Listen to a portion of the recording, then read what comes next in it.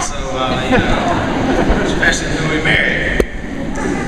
We didn't always look like this. Somewhere under here, there's dimples that you're not going to see. Fight with this mic. So, there ain't Duck Dynasty fans here.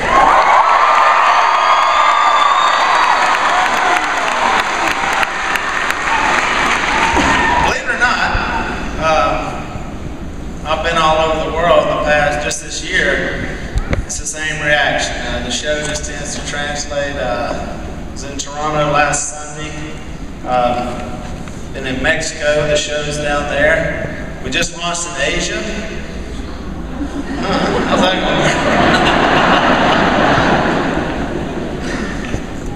going? The Lord's been good. The Lord has blessed us for sure. So I was tell this story where, first off, let's see if I get this. This is just weird. Don't hold this against me. That is the notebook that I'm using. Yes, that is me. My regular notebook has been misplaced. I have all my speeches in there, and so yesterday I was at our house and I said, I asked my wife, I said, I need a notebook. She said, well, the kids have their back to school stuff, and Bella's got one, my youngest. She said, bring it back, she wants it back. She brings it to me, and I said, oh boy, now this will be funny, but I actually wrote my speech in this notebook. And what's interesting here, she said, it says only 3 things matter: God, family, then ducks. How about that, huh? I've never seen it before, so that's interesting.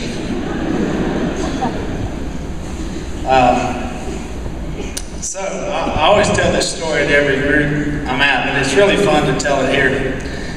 So I'm heading to Nashville a few years ago, and I stopped by Murfreesboro.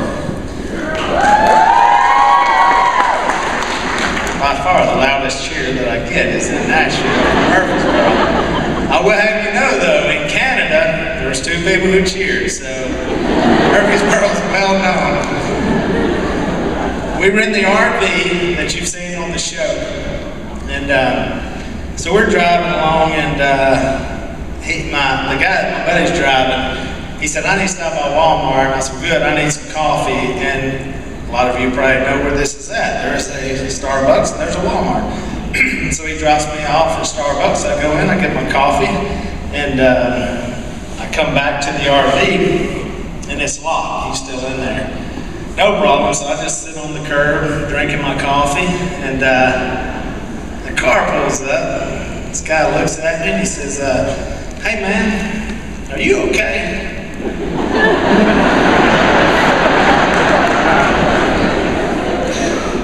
I said, yeah, fine. He said, do you need anything? I thought, well, I just got my coffee, but I'm good. He said, do you need any food?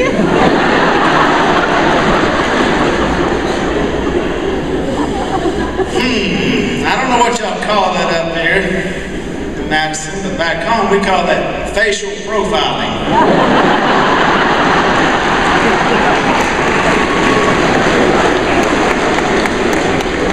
Man thought I was without home.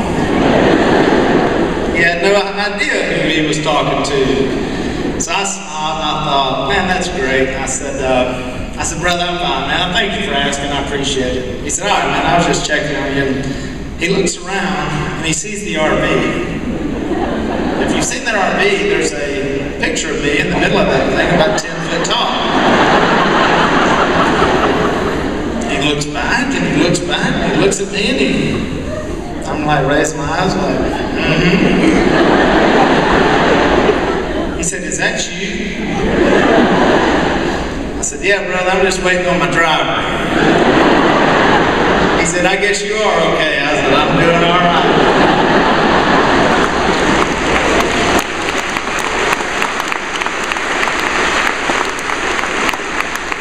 Who would have thought that just a few years later that big group of hairy men on the side of that RV would have the #1 reality show on all of cable.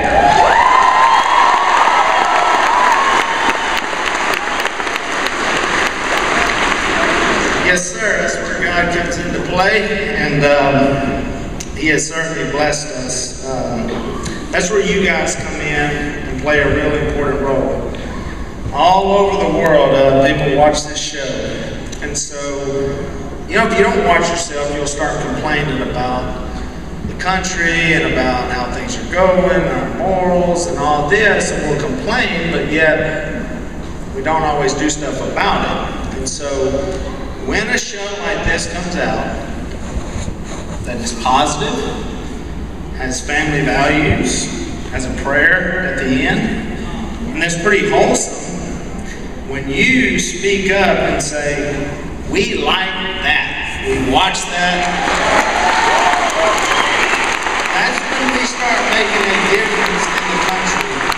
That's when we're not just complaining, but we're actually being proactive about doing something. We made a proactive decision to make a television show.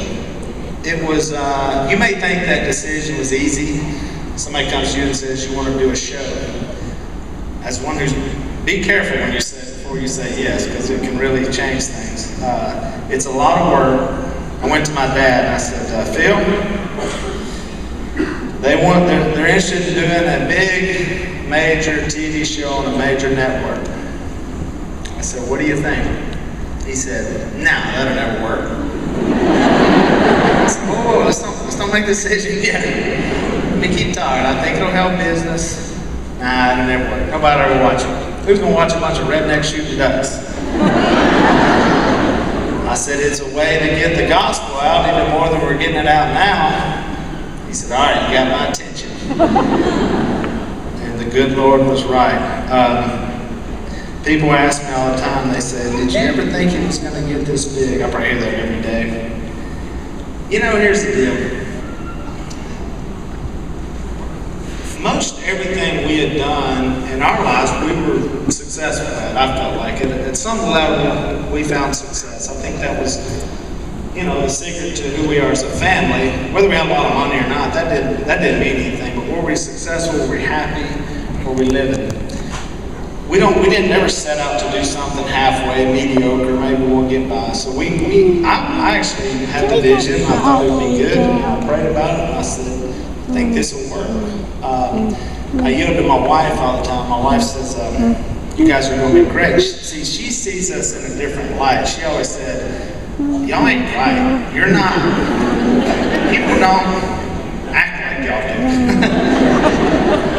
I said, well, you may be right.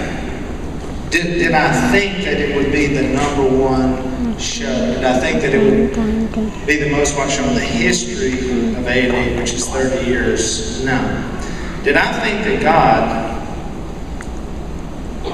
was going to go get His message out right through the middle of Hollywood? There's no way. I thought, that's impossible. Like, you can't go through Hollywood. I mean, Hollywood is not godly. And they're never going to put something out that's like that. But I stepped back and I looked and I thought, look at what God did. All the way right through Hollywood, right through New York City. And got His message out through television, through entertainment. It seemed impossible. God didn't make it impossible. So here's the deal. We weren't always this successful. We grew up poor, and which is great. I wouldn't change that for anything. The way we grew up, we were content. I judged our success by the school lunch program.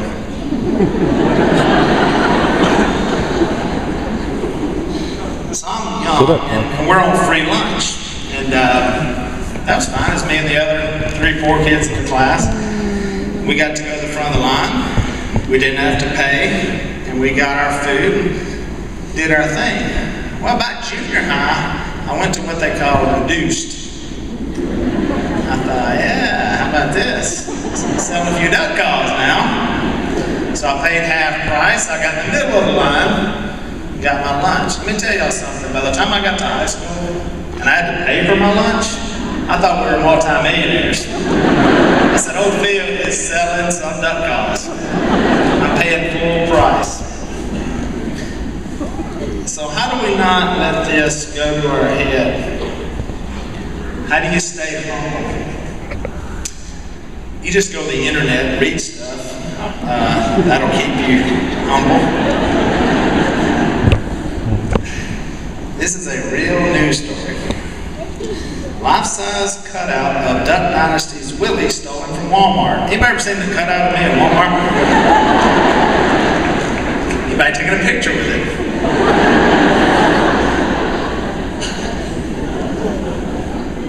Some kind of feel like that's a big deal. You know, I have a cutout at Walmart. Right as you walk in the door, there's a division center. I'm going to read this story. Mommy. Thieves stole a life-size cutout of Duck Dynasty's Willie from the Somersworth Walmart Vision Center recently, and they want him back. According to the Vision Center manager, Carrie McNeil, the Willie cutout was quite a hit with customers who paused to stand next to the 6.5 foot tall cardboard likeness and get their pictures taken. The cutout is taller than me, by the way. Hand on my foot. That's Hollywood right there. Okay. Willie was so popular that one couple made off with him on Sunday, May the 12th. McNeil said a man and a woman were laughing, then grabbed the cutout, put it in their cart, and wheeled it out the door. This is where it gets weird for me. You know, I'm carrying out vitamins out of Walmart. I get stopped and checked. Somebody puts me in a cart and can walk out the door, there's a major security breakdown at the Walmart. I mean, really? I ain't gonna talk bad about Walmart though. Sell a lot of our products. McNeil noted, now I'm feeling real sorry. I thought, man, that is terrible. I mean, I bet they're crushed up in New Hampshire. McNeil noted that they didn't call the police department because Willie has no real value. Now, wait a minute. Hang on, Carrie. You had me, then you lost me. She goes on, he's not really worth anything, so we didn't bother. What kind of attitude is that to have? I was just fixing to do something crazy to give back, and now she says I have no real value. So I guess if you steal something from Walmart that you can't buy, they're like, just take it. That case is still open, so if you hear any leads or whatever.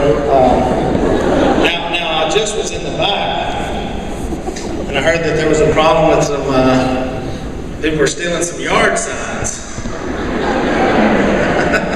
I hope nobody's here tonight that actually stole one of those yard signs.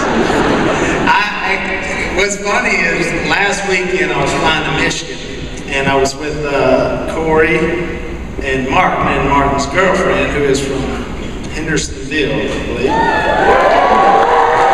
That's even more popular than Murfreesboro. So we're going on the plane and they said, she said, Willie, I promise, I saw a sign. It was like a political sign of you in somebody's yard. And I was like, what was that for? And she was like, I don't know. I saw it real quick and I was like, we have to find the answer to who is putting my face up in a yard. I just found out tonight. So you solved a mystery for me. I think the key to life is you don't take yourself too seriously, so that when I go online, I don't worry about stuff like that. I think that's the key to the show, and then you can see that, I think, in our family, is that we laugh at ourselves, we like to laugh at each other. It wasn't too long ago that people thought we were homeless, and all of a sudden we want a picture with you. It's funny how fame changes that. This look is great for the winter because it's cold. This look is great for TV shows. It's really good until you coach your daughter's basketball team in 4th grade before you're on TV. So I would walk in and they would say, who's the coach? And they went, that guy. noticed as the parents really pulled their children tight to their side. He's doing what? He's coaching the kids. What's funny is you get on TV and they throw their kids at you to get a photo. Get over there, scream and squall, and you're going to get this picture. Funny world we live in. Our family lives off a very simple motto. That's faith, family, and ducks in that order. Now for you, you can put in the ducks section whatever turns you on. For us, it's ducks. But the faith and the family, we keep that in that order, to where faith is first, then family, and then falls in whatever we like to do, our passions, our businesses. And you say, well, why ducks? Where did the whole ducks thing come from? That was my father's doing. He started Duck Commander in the early 70s, and here's doing my dad. Incredible story. One that I don't want my kids to live out that story, and I didn't live that story either, but for him, an amazing story, but started out really bad. My father was very poor. They were really poor. I said we were poor, we were free lunch. They were like even more poor than that, you know. For Christmas, he got chestnuts, you know. That was it. Sometimes oranges. So they were really poor. His way out of this life was on his arm of what he thought at the time.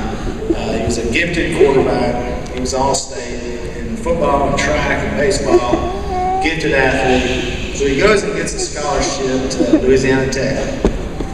And they were over in the Shreveport area. So he moves to Ruston.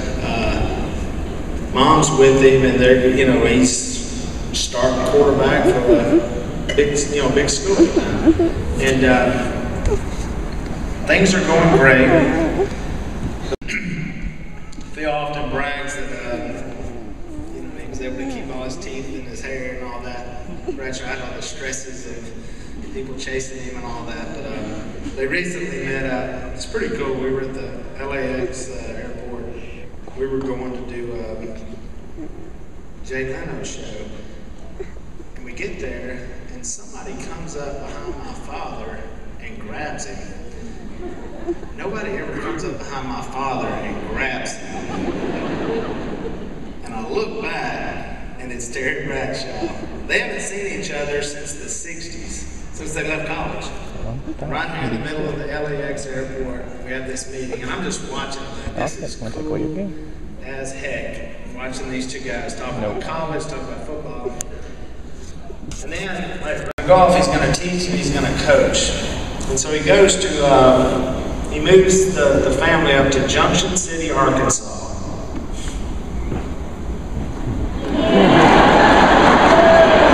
Nobody here is from Junction City, Arkansas. Man, that joke works at El Dorado, I can tell you that for sure. Now, I always listen to see if somebody's from Junction City. He moves the family there. He gets a job. Things are going great. Then his life just starts spiraling down. Gets away from the Lord. Way away from the Lord. He gets fired from his job. He's being immoral, drunk all the time. I would classify where he was like just wasted talent. You see talented people, and I'm sure this time you see really talented people just spiral out of control, throwing it all away, everything he had. And he ends up leasing a bar. Thought that'd be a good idea to run a bar. And he would sit in the middle of the bar and keep the peace with his pistol, his big Budweiser he was drinking, and he was the big dog around there. There was a dispute with the owners of the bar, and he puts both of them in ICU. So here come the law. All the cops show up to the house. Where's he at? So he goes and lives in the woods for 4 months running from the law. Now look, we've all been there.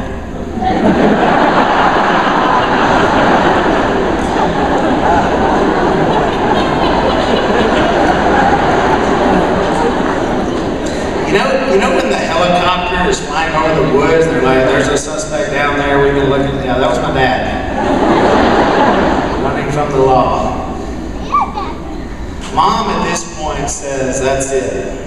We gotta go. She doesn't think she'll ever see him again. She's warned about the law. She takes at the time 3 boys, me being the youngest, and moves to West Monroe, Louisiana.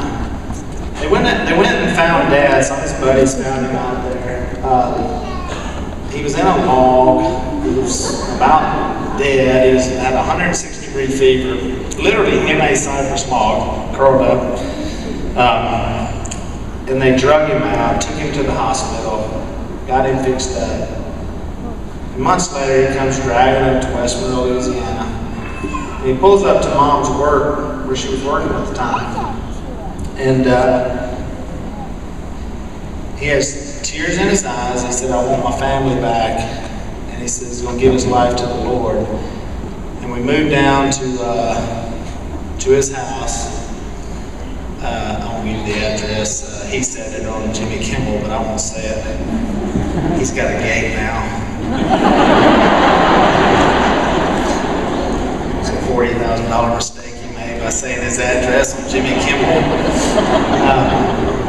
So we moved down there on the river. You know, he just had to get away from his friends and get away from all that. Gave his life to the Lord, and that's where really it started. And as I talk tonight, we're going to talk about faith and family and ducks. And, you know, life is about decisions that you make, and so for him, that decision that he made, there's people sitting here right now who have decisions to make, and for him, some of you guys may be where he was at, where you literally need a total overhaul of your life to make that decision. Without that decision that he makes, there is no Duck Dynasty. There's no show. That we're just another story of a sad family who ends up doing who knows what. One decision right there I can tell you. And Phil started preaching. He said, I've been so bad, I'm going to try to make up for it. And he started telling people about the Lord. And he went to his first show and he gave a little duck call demonstration. It was in New Orleans, Louisiana, at the Superdome, with a Budweiser billboard as big as that behind me. He gave his little duck call deal and he said, you know what, I think I'm going to preach a sermon while I'm here. Well, everybody was drunk. They were like, hey man, brother, preaching. And he started right there. And he ain't quit preaching since. Now me, how I got to this business was a little different than Dad.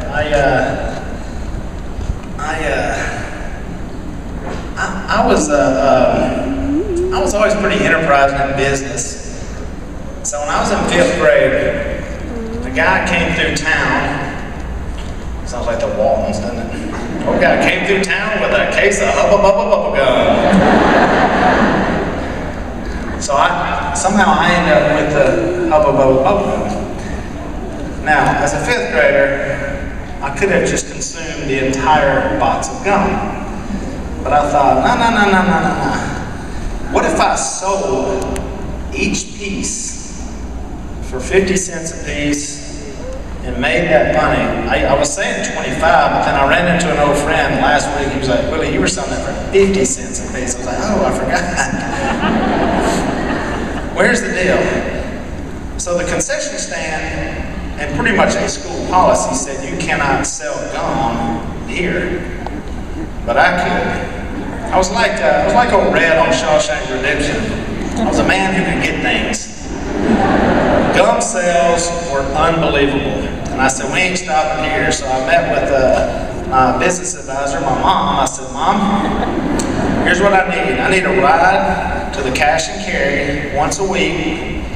And I'm going to purchase, with my money, I'm going to purchase more candies, stuff that the concession stand doesn't have. I'm talking lemon heads, I'm talking red hot stuff, hot candy, and gum, because I'm going to make a fortune.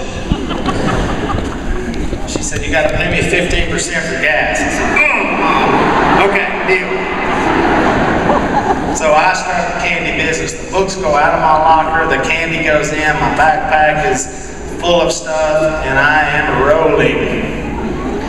Until the principal calls me in his office and he says, Willie, are you selling candy and gum out of your locker? I said, yes, sir. I knew this wasn't going to end well. He said, well, the concession stand told me that their sales are down, and I got to shut you down. So I'm bankrupt. I said, I got to get some other way to make some money. So I went into the entertainment business in 5th grade. Now what I would do is, I did something what I called the human jukebox. And what you would do is, so we had a 2-hour bus ride. You know, on the show, you see it on the river there. It was far away from the school. 2-hour bus ride in the morning, 2 hours in the evening. So I thought, well, all right. You would put a quarter, I'd hop up on a seat, you'd put a quarter under my arm, I'd drop the quarter in my hand, put it in my pocket, symbolizing the jukebox. And then I would play whatever song you wanted. However, it had to be from the 8-track tapes that my oldest brother Al had, because I knew all those by heart. The most popular song by far was a song called Jukebox Hero by Foreigner. Would you like to hear?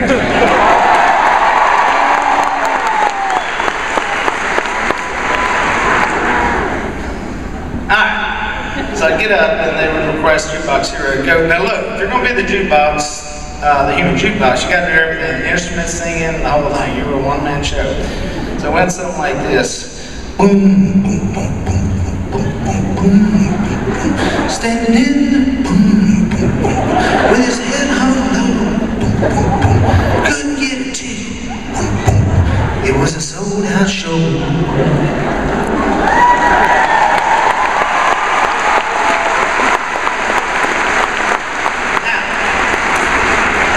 Time you're clapping, that's when Miss Norma said, Willie, just sit your butt down right now. Then I take it to the aisle. Heard the roar of the crowd. He can picture the scene. Now you may not think that's a big deal, but on a 2-hour bus ride, that is cool as crap, all right? And the girls, they liked it. So so now you can start to see. Selling stuff, making money. I'm in the entertainment business. There was a show coming. I was in Los Angeles a few months ago, and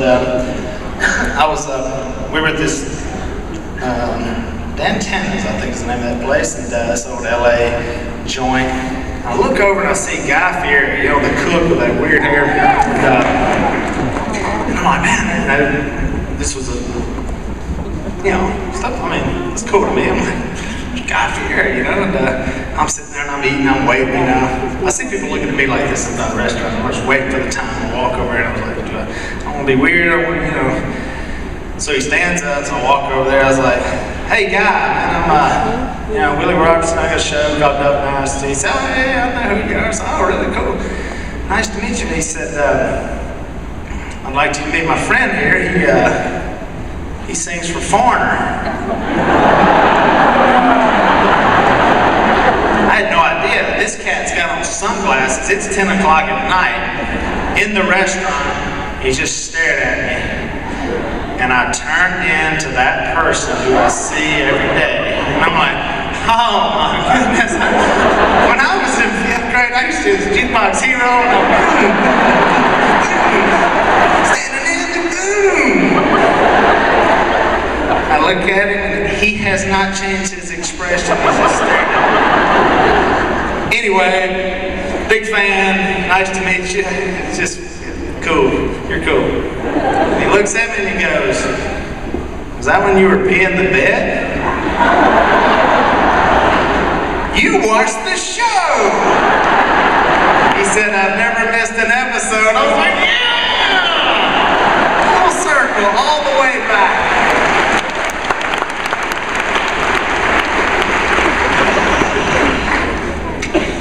It was exciting to me. So anyway, I came to Dad and I said, Dad,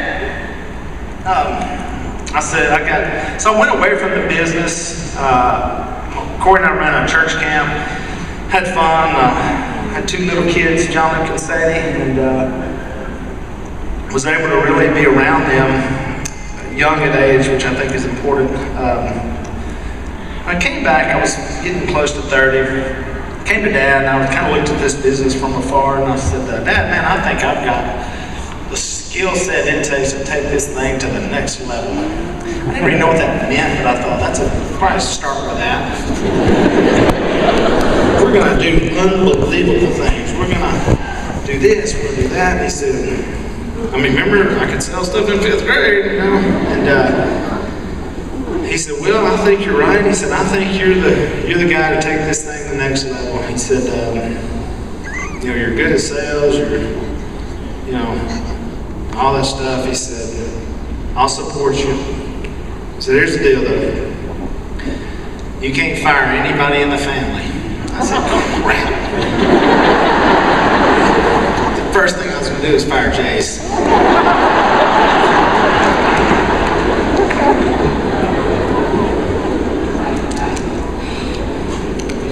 Dynasty was born.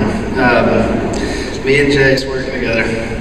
Is there any Miss K fans here?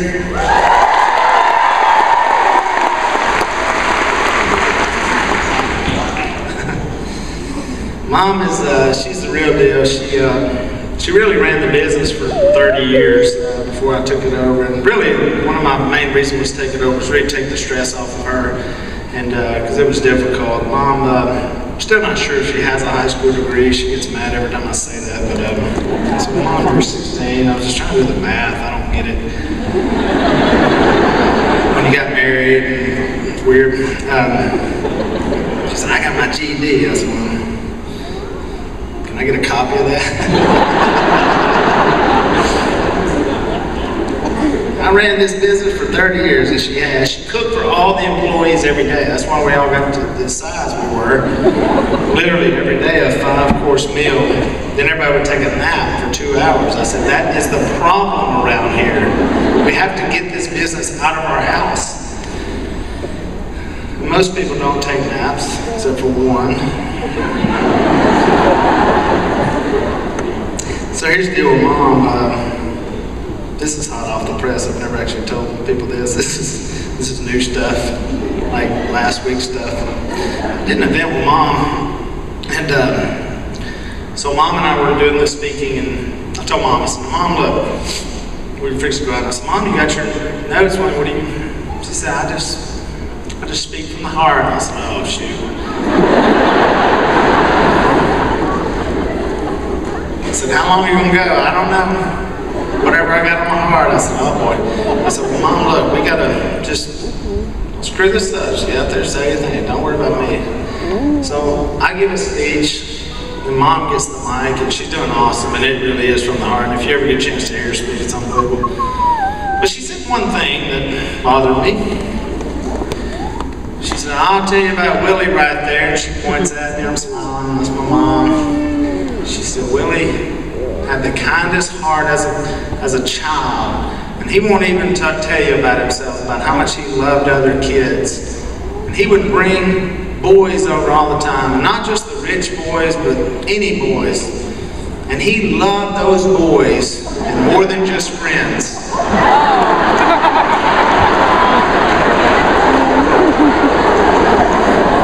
I'm looking at I look at Corey. I'm like, did she just say what I think she said? So we get, so the event's over.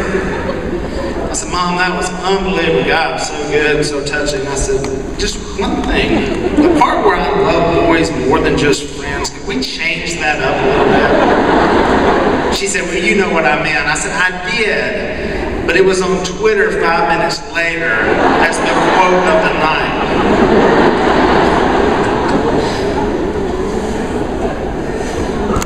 So I recently had the honor of the town I was born, Bernice, Louisiana. I was born in Bernice at the Tri-Ward Hospital. There's no longer, they don't even deliver babies anymore. But the town of Bernice wanted to put a sign up that said birthplace of Willie Robertson. And it was a big sign. It was like a 10-footer, and quite an honor. And so I was going to go over to my hometown and where I was born. I'd never actually been back to this town. I since I left. And I said, oh man, heck yeah, I'm going. And so I went over and I met with all the townspeople and all that. And we went, up to the road where they put it up at. And it was pretty cool. Mom goes with me, and so as Mom, we were, sharing these memories. And so we get on the news. So there's a couple of news stations there, and so I said, Mom, come on, let's do this news story. And so I talked about the town, and that's where I was born, that's where Mom and I were at, where it all started for me. And so they give Mom the mic. Mom goes, well, I think it's very important to never forget where you came from. And I said, Mom, there's a 10-foot sign with my picture on it. I will never forget where I came from. This was on the newsletter. And Mom goes, you know what I mean? In your mind. Then we go to the hospital. Literally, the little tiny delivery room, and they're just fixing to remodel. And we went in the delivery room, and we sat on the wall of the delivery room. And they had all these old things that, like all these registers and stuff that we signed. So they tell Mom that it costs $7 to have me, to bring me into this world. I said, wow, I'm thinking about money today and how much I paid on my kids. Mom said, Willie, that was a good investment.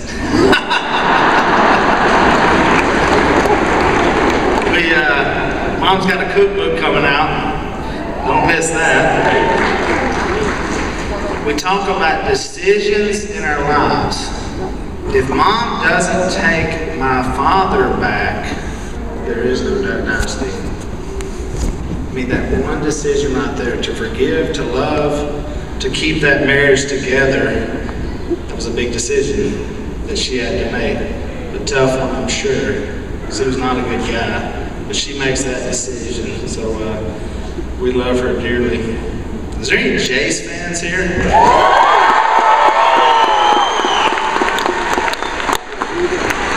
Oh, Jace.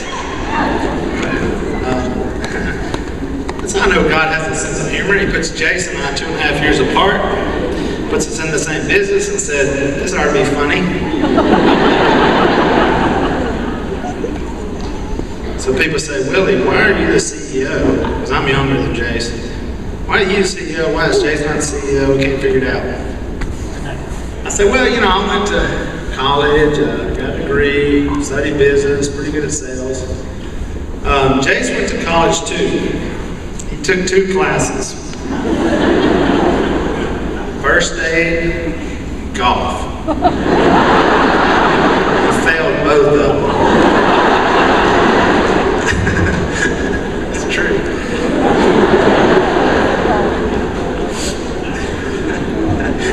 I was with him on a plane last week, and he said, why do you keep telling people that I failed both classes? I said, you did. He said, I need to explain that to you. I said, well, I think my explanation is fine. You started in August. In September, things were going great. Then October hit, which is hunting season. You never show back up. Let's just keep it real, man. That's what happened. He said, I was studying the Bible. I only went to college to study the Bible with people. I said, well, and he did. He went on to seminary, and we all were there at the same time. And I actually went a year, but he graduated from there. Believe me, that was way harder in college. Jason's actually smart, strong man of the Lord, and actually fun to, work with and be on this journey with. And the show kind of highlights us, which me trying to get him to work all the time, which is true. But there's actually people that are working there, so there's another. See, what happened was when the show started, that duck call room, that was the guys, that was it. But then people started buying a lot of duck calls, so there's another room of dudes in there that are putting duck calls together, but they work 8 hours a day and actually make duck calls. Those boys don't. You got any Psy fans?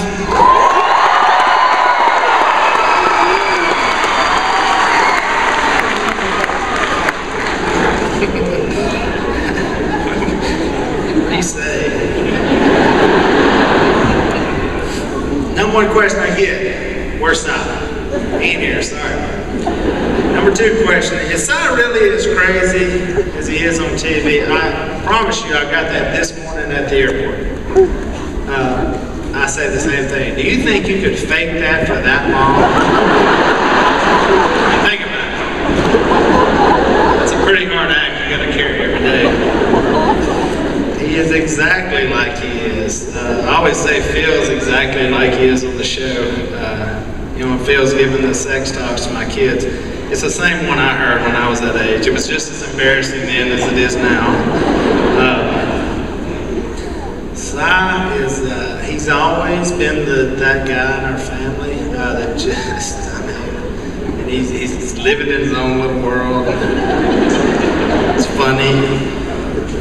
Si used to smoke like a freight train, and he quit. And he told me this story. He said, Willie, I was out. I was at a deer stand. I was flipping cigarettes over the edge of it, and I heard some coughing. I said, hey, it's a game warden. He's trying to slip in here on me. I was looking around, game warden. He said, I looked over. 10-point monster buck, smelling the cigarette and coughing. I said, son, you're full of crap. Deer don't smell cigarettes and cough and stay. He said, hey, this one did. I'm telling you, I saw them all eyes, Jack.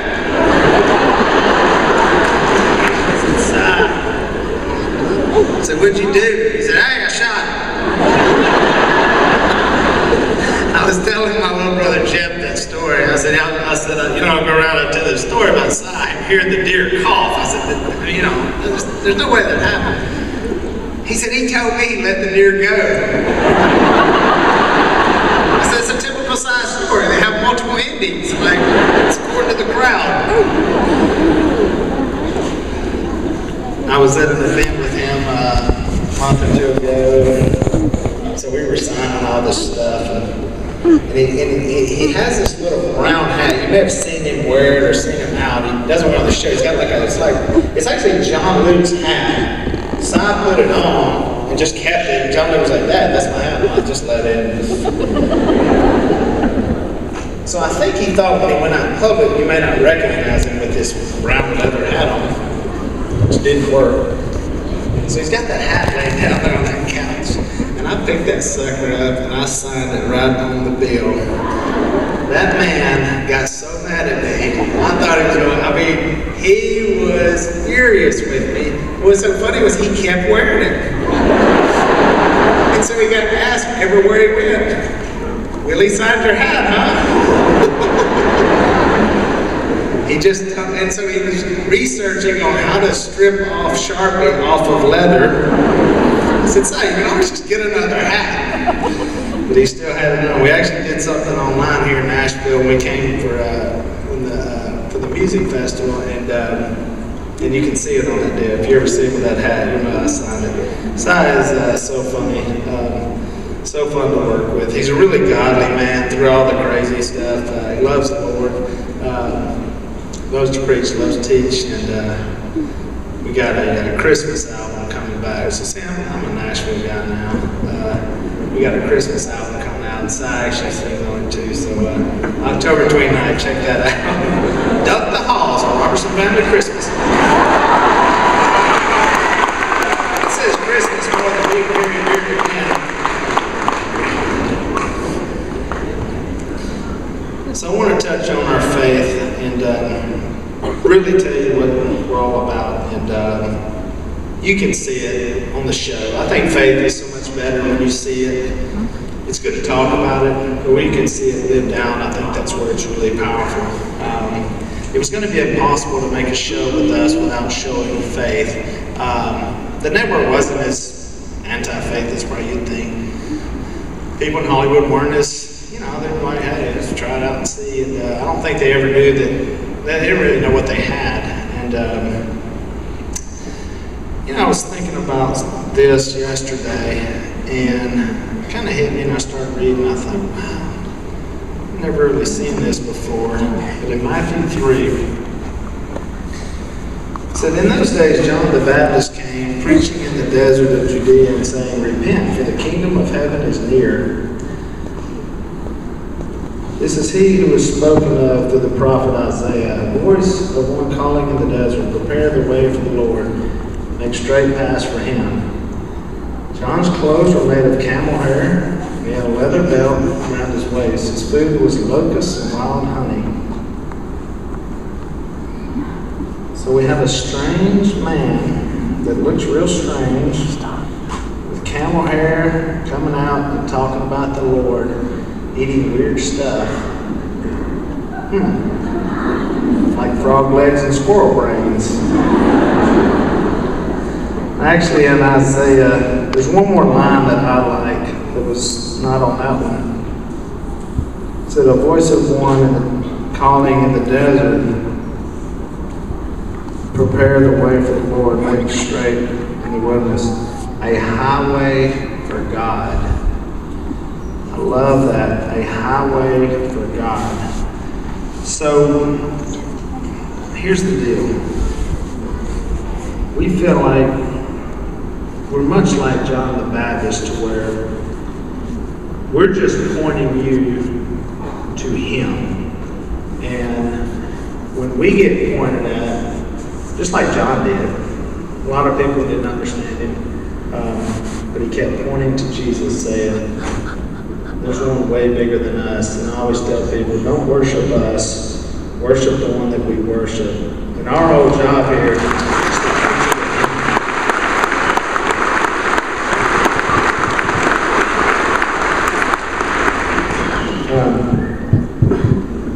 I believe that God prepared us for what we were going to do. I just read from Isaiah, and then it followed up in Matthew. That's a lot of time. God has a way of preparing things and getting things ready for what he wants done. And so,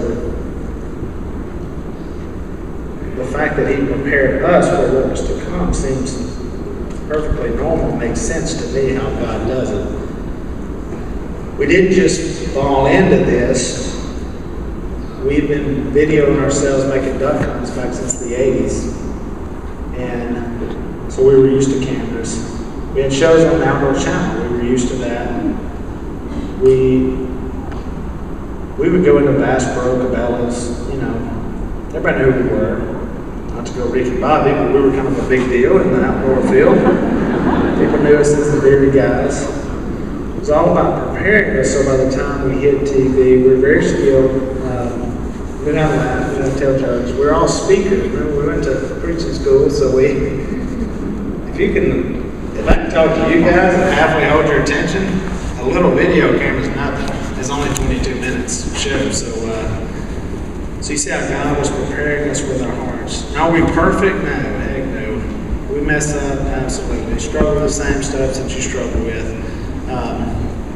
Is it harder? I don't know. I was tempted just as much in my 20s and all the before fame. Same sin, same temptations. We're smart. We try to be smart. We guard ourselves. We read these passages. We believe them. We have the answer for the hope that we have. If you're here today and you showed up and you're not in the Lord at all, let me point you towards him. 1 Corinthians tells me that the gospel is of first importance. We all live our lives. The Robertsons do by that. It's the number one thing. It's not TV shows. It's not making money. It's not being happy. The first thing is the gospel. That's it. Jesus died, was buried, was raised for us.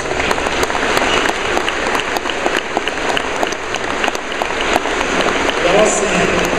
We've all fallen short. God has a plan to get us out of there. Again, you may be like Phil, just rolling in it. You may be like me in my life, where you have to constantly put your guard up, constantly move and make decisions, and be smart about that. Get rid of the sin, repent of that stuff. I don't know what y'all do here, but back in West Monroe, we take people out to Cypress Creek and baptize them in the river. all the time. Phil's on this thing now. Before he put the gate up, all these fans would come to his house. And I don't mean to say fans like they're bugging us, but it's weird when they're in your yard. Banging on your door. Phil said, all right, I'll tell you what I'm going to do. You showed up. Before I sign anything or take a picture, you're going to hear a sermon. They were like, okay. So they sit on Phil's picnic tables and Phil preaches to them. And he's baptized a lot of people. Showed up from wherever. Don't try it, so believe me. One of the funniest things he did. So we sit around, when we have the family meal. Phil was mad one day at this production company, he's just preaching and hammering on them. So he said, Phil, you ready to say the prayer? And also, for the show. Phil said, yeah. So he bows his head. He said, Father, I pray for these bunch of heathen, sinful people out of Los Angeles that are in my house right now filming this show. I look at Gordon, oh boy, he's doing it. They edited that out.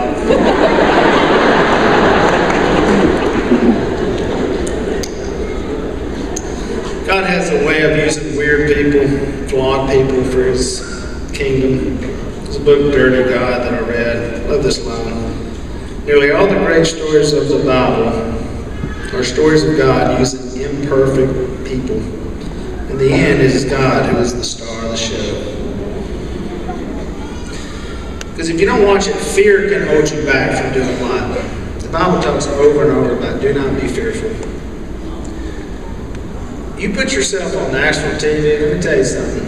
There will be some fear coming at you.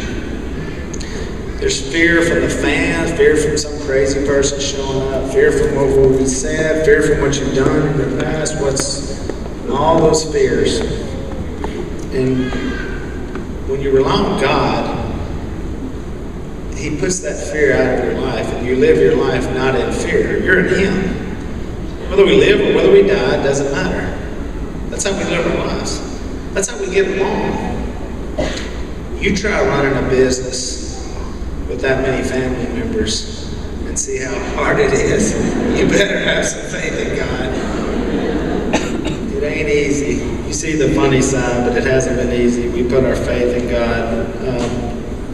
I believe personally strongly in adoption. I want to encourage you to consider that. Corey and I adopted our third child, and what a blessing. I did a thing here still on adoption. Thank you.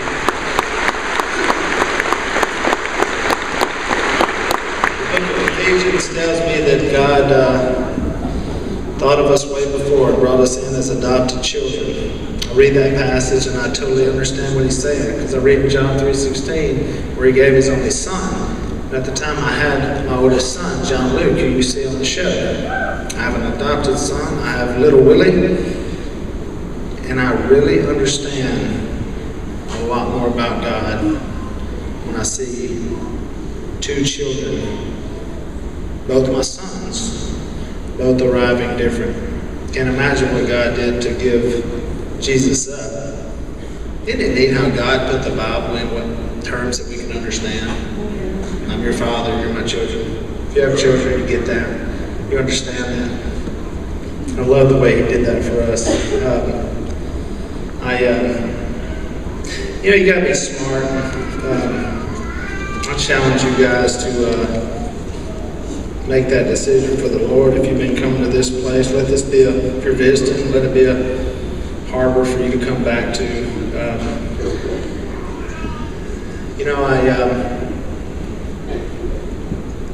I recently I needed an assistant.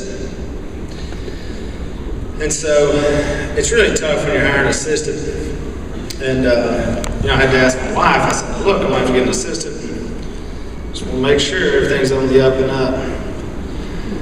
So I met somebody, and I thought, man, this person is awesome for this job. But they were super good looking and just really sexy. And I thought, ooh, I don't know. So I said, well, look, I've got to hire this person. So I hired my assistant, Johnny D. Step out here. Come on over here so everybody can see this guy.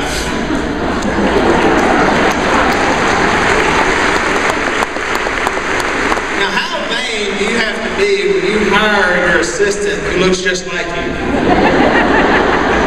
Thank you, Johnny D. You may see that on the show sometimes, so get a glimpse of him. Hey guys, look, what a fun night to be with you on a Saturday night here. Thank you so much for watching our show. Thank you guys for supporting something that's good, holy. Thank you for praying for me and my family. I really do appreciate that. We have learned so much and we're growing. Wednesday night is the show opener.